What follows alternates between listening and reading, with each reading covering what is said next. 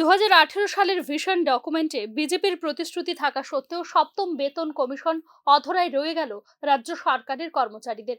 এক্ষেত্রে সপ্তম বেতন কমিশনের পরিবর্তে ভার্মা কমিটির সুপারিশ কার্যকর থাকার কারণে increment, medical allowance, house rent, CA প্রতিটি ক্ষেত্রেই কেন্দ্রীয় সরকারের সঙ্গে বিস্তর ফারাক রাজ্য সরকারের কর্মচারীদের।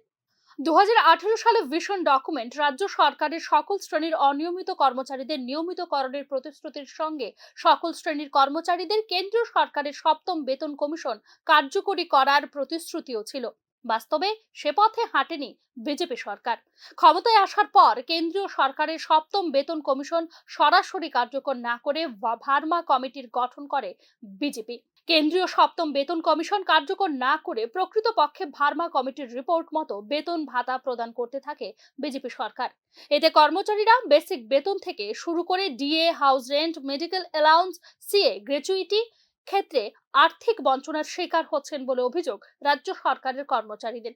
কেন্দ্রীয় সপ্তম বেতন কমিশন অনুযায়ী কেন্দ্রীয় সরকারের কর্মচারীরা 20 লক্ষ টাকা গ্র্যাচুইটি পাচ্ছেন। এক্ষেত্রে রাজ্য সরকার দিচ্ছে 10 লক্ষ টাকা, অর্থাৎ কেন্দ্রীয় সরকারের অর্ধেক।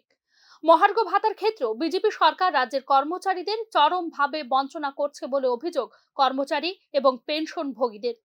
কেন্দ্রীয় সরকারের কর্মচারীরা 2024 সালে 1 জানুয়ারি থেকে মহার্ঘ ভাতা পাচ্ছেন মূল বেতনের 50%।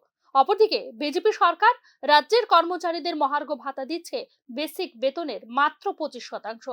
শুধু তাই নয়, আপাতদৃষ্টিতে রাজ্যের কর্মচারীরা কেন্দ্রীয় সরকারের কর্মচারী থেকে 25% কম ডিএ পাচ্ছেন মনে হলেও বাস্তবে ডিএ ব্যবধান হবে 35 থেকে 40%।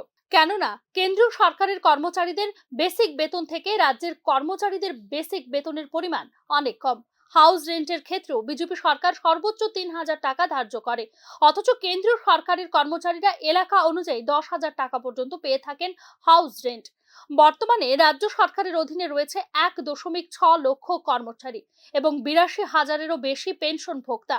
এক্ষেত্রে মুদ্রাস্ফীতির সর্বশেষ পরিস্থিতি বিবেচনা করে অবিলম্বে কেন্দ্রীয় হারে বেতন ভাতা দেবার দাবি করছেন রাজ্য সরকারের কর্মচারীরা।